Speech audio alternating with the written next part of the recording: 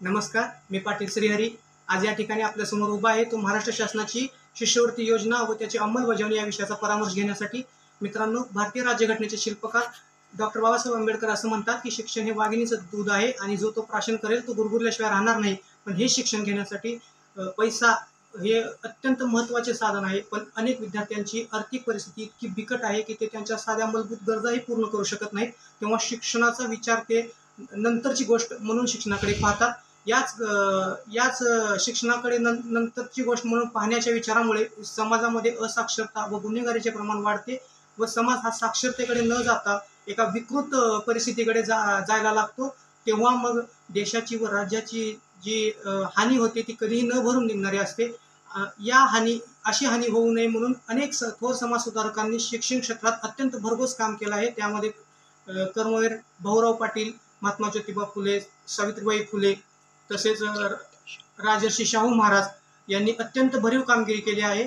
आणि त्यांचेच आदर्श डोळ्यासमोर ठेवत महाराष्ट्र शासनाने अनेक गोरगरीब विद्यार्थ्यांना शिष्यवृत्ती प्रदान करण्याची जी योजना राबवली आहे ती अत्यंत एकदम स्तुत्य उपक्रम राबवण्यात येतो. कारण या योजनेमुळे अनेक विद्यार्थ्यांच्या आयुष्यात रंग भरण्याचे काम हे महाराष्ट्र सरकार करते. अनेक विद्यार्थी या शिष्यवृत्ती योजनांमुळे त्यांच्या स्वप्नांकडे वाटचाल करतात, शिक्षण घेतात, तसेच आपली व आपल्या समाजाची, आपल्या कुटुंबाची पूर्ण परिस्थिती बदलून टाकण्याचं काम करतात. आणि अशा अनेक योजना महाराष्ट्र सरकार या विद्यार्थ्यांसाठी चालवते. त्यामध्ये डॉक्टर पंजाबराव देशमुख वसतिगृह निर्वाह भत्ता, पोस्ट मॅट्रिक शिष्यवृत्ती योजना, राजर्षी शाहू महाराज शिष्यवृत्ती योजना, अनाथांसाठी चालवल्या जाणाऱ्या अनेक योजना, माजी सैनिकांच्या मुलांसाठी चालवल्या जाणाऱ्या योजना, अशा भरपूर योजनांचा समावेश या शिष्यवृत्ती योजनेमध्ये केलेला आहे.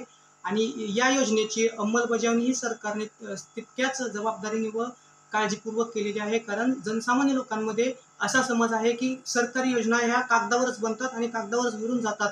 पण शिष्यवृत्ती योजना ही कागदावरच न राहता ती थेट विद्यार्थ्यांना, तळागाळातील विद्यार्थ्यांपर्यंत पोहोचावी यासाठी शासन व प्रशासनाने अत्यंत पोटतिडकीने काम करत खूप महत्त्वाचे मुद्दे हाताळत, म्हणजे त्यामध्ये नोंद, पडताळणी, वितरण आणि अनेक विविध समाज घटकातील विद्यार्थ्यांसाठी, वेगवेगळ्या समाज घटकांसाठी अनेक वेगवेगळ्या प्रकारच्या शिष्यवृत्ती योजना बहाल करण्याचा प्रयत्न शासन व प्रशासनाने केला. आणि याच योजनेच्या अंतर्गत अनेक विद्यार्थी व अनेक गुणवान प्रतिभावंत विद्यार्थी जे की शिक्षणाच्या मूळ प्रवाहापासून दूर जात होते, कुठेतरी विकृत समाज निर्माण करू पाहत होते, फक्त आणि फक्त पैशाच्या मागे लागून त्या गोष्टी सर्व टाळत आणि त्या गोष्टी सर्व टाळून त्या विद्यार्थ्यांना शिक्षणाच्या मूळ ज्ञानगंगेत आणण्याचा प्रयत्न महाराष्ट्र सरकार आणि महाराष्ट्र प्रशासन करीत आहे. यामुळेच अनेक विद्यार्थी हे शिक्षणाच्या मूळ ज्ञानगंगेत आहेत. अनेक विद्यार्थ्यांचं आयुष्य हे या शिष्यवृत्ती योजनांमुळे पूर्णपणे बदलून जात आहे. आणि आपण आपल्या इतिहासात जरी नजर टाकली तरी राजर्षी शाहू महाराज यांनी देशाची राज्यघटना लिहिणारे डॉक्टर बाबासाहेब आंबेडकर यांना सुद्धा शिष्यवृत्ती दिली होती. आणि त्या शिष्यवृत्तीचा पुरेपूर उपयोग करत डॉक्टर बाबासाहेब आंबेडकर यांनी भारताची राज्यघटना लिहिली. यातून आपल्याला असं दिसून येतं की आर्थिक सहाय्य हे अत्यंत प्रतिभावान किंवा गुणवान मुलांना केलं तर त्यातून जो काही समाजाचा चेहरा मोहरा बदलण्यासाठी जे कार्य होतं ते अत्यंत मोलाचं ठरतं. कारण शिष्यवृत्ती या शब्दाचा अर्थच असा होतो की शिष्य म्हणजे विद्यार्थी आणि वृत्ती म्हणजे सहाय्य. विद्यार्थ्यांना शिक्षणासाठी केल्या जाणाऱ्या आर्थिक सहाय्याला शिष्यवृत्ती असं म्हणतात. मित्रांनो, विंदा करंदीकरांच्या भाषेत शब्दामध्ये शेवटाकडे जाताना इतकं सांगेन की देणाऱ्यांनी देत जावे, घेणाऱ्यांनी घेत जावे, घेता घेता घेणाऱ्यांनी देणाऱ्यांचे हातच घ्यावेत. महाराष्ट्र सरकारने फक्त योजना सुरूच केली नाही तर त्या योजनेची अंमलबजावणी ही इतक्या तिडकीने व जबाबदारीने केली की तळागाळातील प्रत्येक विद्यार्थ्यापर्यंत ही योजना पोहोचली. आणि आज भरपूर विद्यार्थी या योजनेचा लाभ घेऊन आपले शैक्षणिक धोरण किंवा शैक्षणिक आयुष्य जे आहेत ते जगत आहेत आणि आपल्या स्वप्नांना पूर्ण होताना पाहत आहेत. या गोष्टी समाजात बघितल्या की एकदम खूप आनंद वाटतो. आणि अशाच प्रकारच्या गोष्टी महाराष्ट्र शासनाकडून याच्यानंतर येऊ अशी अपेक्षा व्यक्त करतो.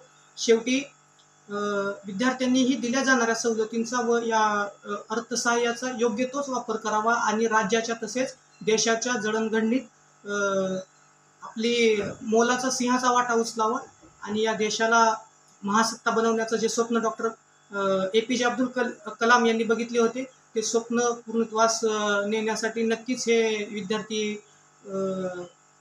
काम करतील अशी आशा बाळगतो. शेवटी अशा प्रकारच्या योजना ह्या अत्यंत शुद्ध अंतकरणाने व एकदम पारदर्शी पद्धतीने राबवण्यात याव्यात एवढाच माफक आशावाद व्यक्त करतो. थांबतो. धन्यवाद. जय हिंद, जय महाराष्ट्र. एवढे